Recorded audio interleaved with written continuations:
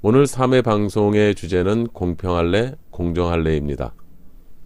여러분은 공평한 사회를 꿈꾸십니까? 아니면 공정한 사회를 꿈꾸십니까? 그게 그 소리 아니냐고요?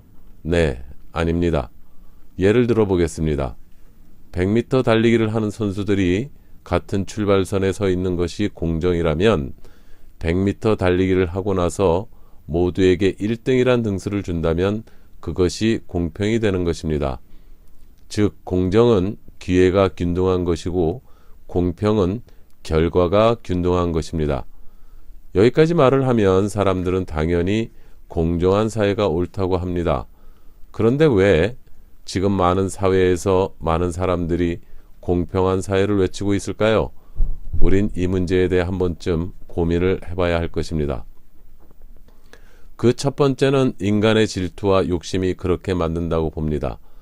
1등한 사람은 한 사람이지만 1등을 제외한 사람은 다수입니다. 이 다수들이 떼거리로 소리를 지르는 것이 바로 공평을 주장하는 것입니다. 그렇게 해도 된다고 옆에서 누군가 부추기면 1등을 제외한 사람들은 양심의 거리낌도 없어지게 됩니다. 한국에서 대기업 사내 보유금을 빼서 나누어 쓰자고 주장하는 이들이 있습니다.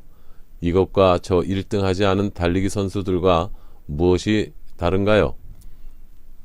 어떤 면에선 역설적으로 기회가 균등한 공정한 사회가 아니기 때문에 결과물이라도 공평하게 나누고자 하는 외침으로 해석도 됩니다. 그렇다면 그것은 옳은 외침일까요? 절대 그렇지 않을 것입니다. 결과를 균등하게 할 수 있는 사회란 결코 존재하지 않으니까요. 사회주의요, 공산주의요, 이론이 실제로 증명되기 위해서는 현상도 함께 존재해야 하는 것입니다. 함께 생산하고 다 같이 균등하게 나누고자 하는 공산주의의 이론대로 실제하는 국가가 있었나요? 권력과 계급이란 것 때문에 불가능하지요. 함께 생산하는 단계에서는 공정하게 노동이 투입되던가요? 20대와 60대의 생산성이 같을 수 있나요?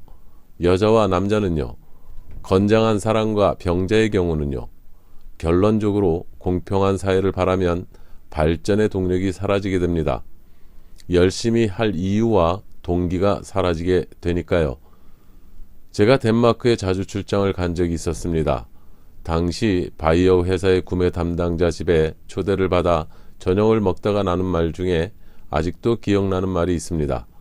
그것은 자기가 왜 열심히 일을 해야 하는지 모르겠다고 하는 것이었습니다. 자신의 급여에서 67%가 세금으로 나가고 있다고 했습니다. 그리고 실업자들과 자신이 사는 것이 차이가 없다고 했습니다. 일을 하지 않아도 일을 열심히 하는 자신과 소득 차이가 없는 사회가 옳은 사회냐고 제게 열변을 토했었습니다. 우리는 공정한 사회를 만들어야 합니다. 인간은 태생부터 공평하지 않게 태어났습니다. 어떤 사람은 부잣집에서, 어떤 사람은 가난한 집에서 태어나고, 어떤 사람은 장애인으로 혹은 불치병을 갖고 태어납니다. 이렇게 다양한 조건의 사람들에게 공정한 사회란 결국 균등한 기회를 제공하는 일이라 생각합니다. 너는 부자라서 혹은 가난해서 기회가 없다고 하는 것은 공정하지 않은 것일 것입니다. 장애자에겐 논술시험 문제가 쉽고 정상인에겐 어렵다면 그것도 또한 공정하지 못한 논술시험일 것입니다.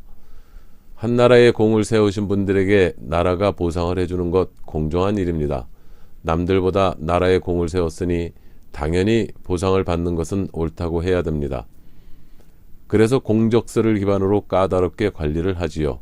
그런데 그 보상의 기준과 보상의 결과가 형평이 맞지 않는다면 그것은 또 하나의 차별이며 공정한 법치가 아닙니다. 그래서 원천무효가 되는 것입니다. 유공자 명단을 공개 못하는 보상이 세상에 무슨 법이란 말입니까? 공정하지 못한 일입니다. 게다가 이제는 성역학까지 한답니다. 시민들은 이런 점에서 분노를 해야 하는 것입니다. 공정한 사회를 좀먹는 일이니까요. 같은 해상 교통사고로 사망하신 분들의 경우도 그러했습니다. 페라리로 여행하던 여행자들의 죽음과 세월호에서 희생당한 사람들의 보상이 공정하지 못했습니다. 공정하지 못하게 한 것이 바로 광장에서, 언론에서 정치적 이용물로 선동한 결과물입니다. 공정하지 못한 사회 현상입니다.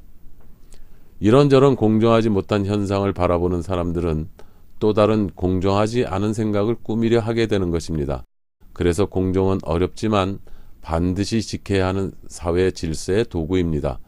정의란 바로 공정하냐인 것이지 공평한 것이 아니라고 생각됩니다.